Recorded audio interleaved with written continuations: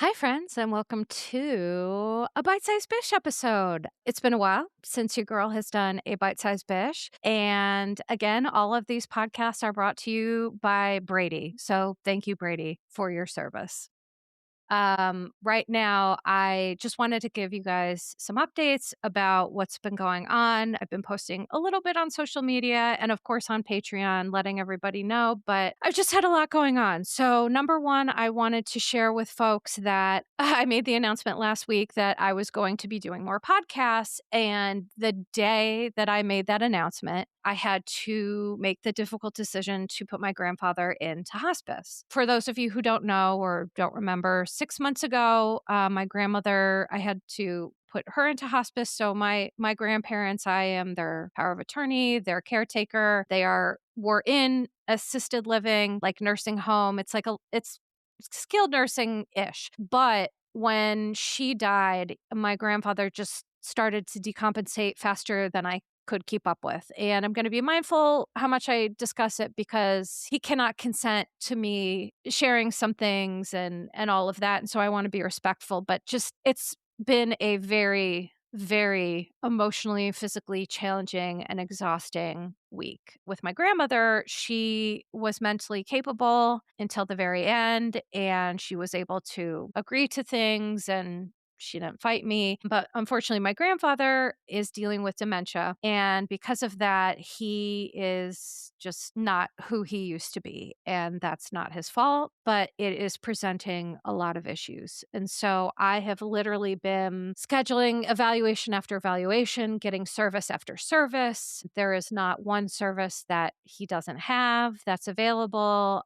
but sometimes it just still feels like I'm failing and it's not enough. And so what started to happen is I was having panic attacks, some of actually the worst that I've had in my adult life. And when I talked to my therapist about it, literally, she always knows what to say and how to say it. And she's like, you need to accept your powerlessness and let it go, let it be. And while that doesn't sound like great advice, that was absolutely exactly what I needed to do. My therapist is not the type of person who's directive, who's going to tell me, you need to do this, you need to do that. But she was right in that I have to let go of the fact that I can't prevent this dying process. I can't prevent the dementia process. I can't be there every day, even though he would love that. And I've been basically going almost every day. Let me be clear. But there are days where I need a break because this has been taking a toll on my physical and mental health. Like I said, I've just been having panic attacks and struggling with some anxiety and depression. But fortunately for me,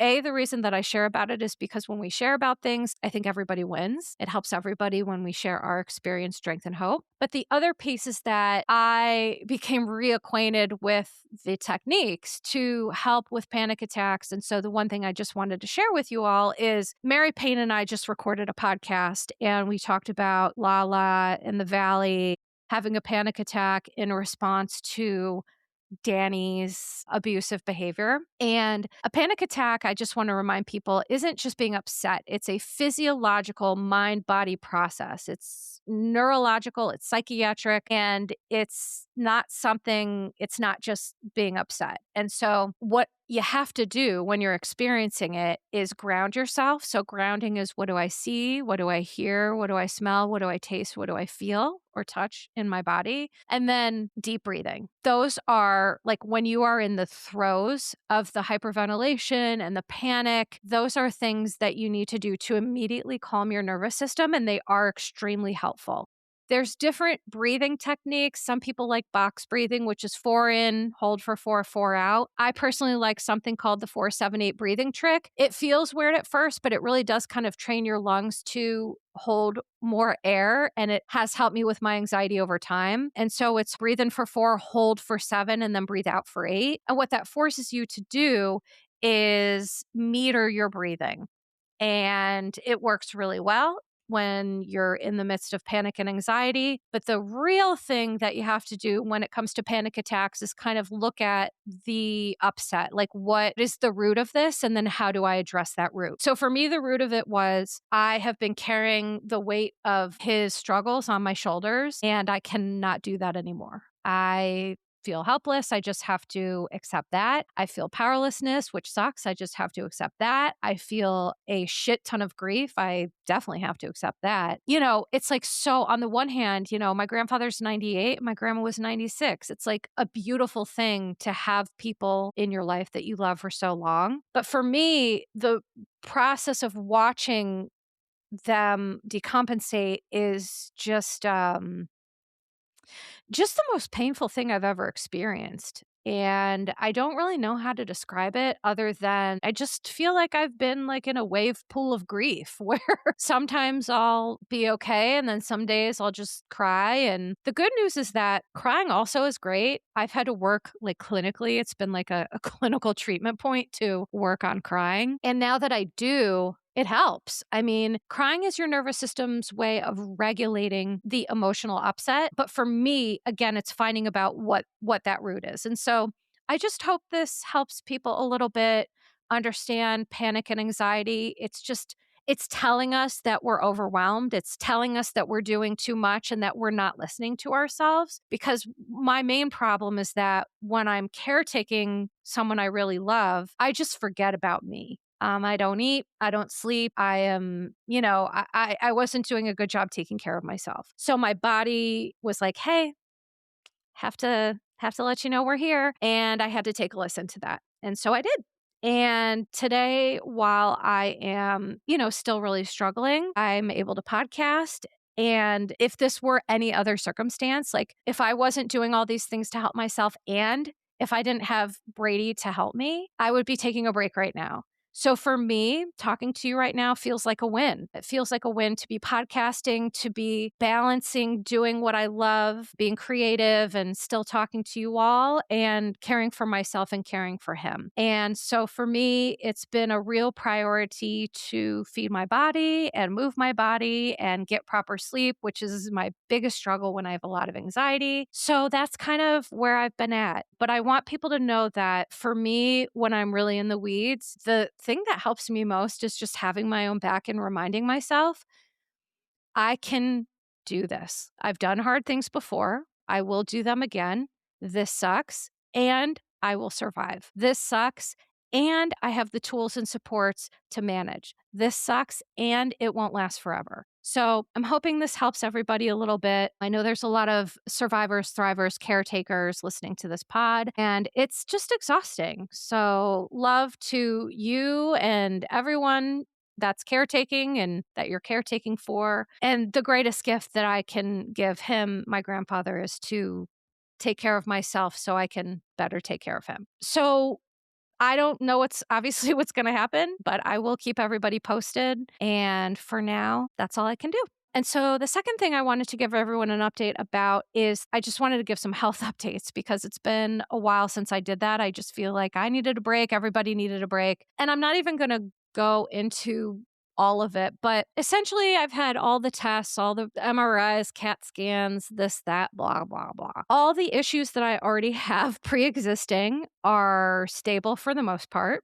And so, that's sometimes the best you can hope for. And I have developed a new symptom of like autoimmune issues. So my rheumatologist believes that I have mixed connective tissue disease, just kind of like an autoimmune issue. And then there's other autoimmune issues with it. And so what I've developed in addition to that is Raynaud's disease, which I've already had. And then a newest thing is Sjogren's syndrome. Which the reason why this is funny and why I'm sharing it is that Sjogren's syndrome can affect it's like severely dry eye, dry mouth, but it's so severe that it leads to problems. So for example, my eye was so dry that it felt like I was being stabbed in the eye with a needle. And so I had like severely dry spots. And then over time, that can create a lot of problems. And so I've been on all these drops and antibiotic drops, constantly going to the eye doctor. They haven't helped. So what starts to happen is that when I do cry, no tears come out of my eyes.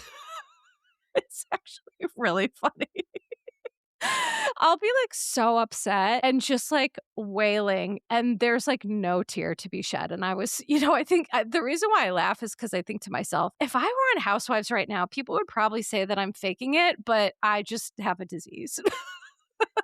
So, But the good news is that just a couple weeks ago, I was just put on some new eye drops and some other things that when I've been crying, because now crying for me, I guess, is just like a daily thing. I guess that's just the state of my life that I'm in right now. Now tears are starting to come out of my eyes. So I feel like not only is crying helping my nervous system, it's helping me have actual medical data to give to my eye doctor and to say, I think we're making progress. So the thing about complex PTSD is that I have really learned to find the silver linings. You got to find them, honey, because sometimes the silver linings are very thin.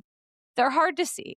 And for me, my gratitude and success lies in having an understanding, a good sense of humor, and gratitude for the beautiful things that are also going on. Because for me to get out of a depressive episode, I can't dive into the pity pool. Like, you can swim in the pity pool, you just can't live there or be there for, like, I don't know, more than 24 hours. I would say, when your fingers start to get pruny and self pity, you just got to get out of the pool. And so, I'm trying to focus on the amazing things that I do have, my resources, my strength, my resilience, my supports that I've put into place, my sense of humor, which literally gets me in so much trouble, but I just absolutely love it. I feel like a 45-year-old me is how how I was when I was 16 years old, except now I have more like money and resources and I love myself.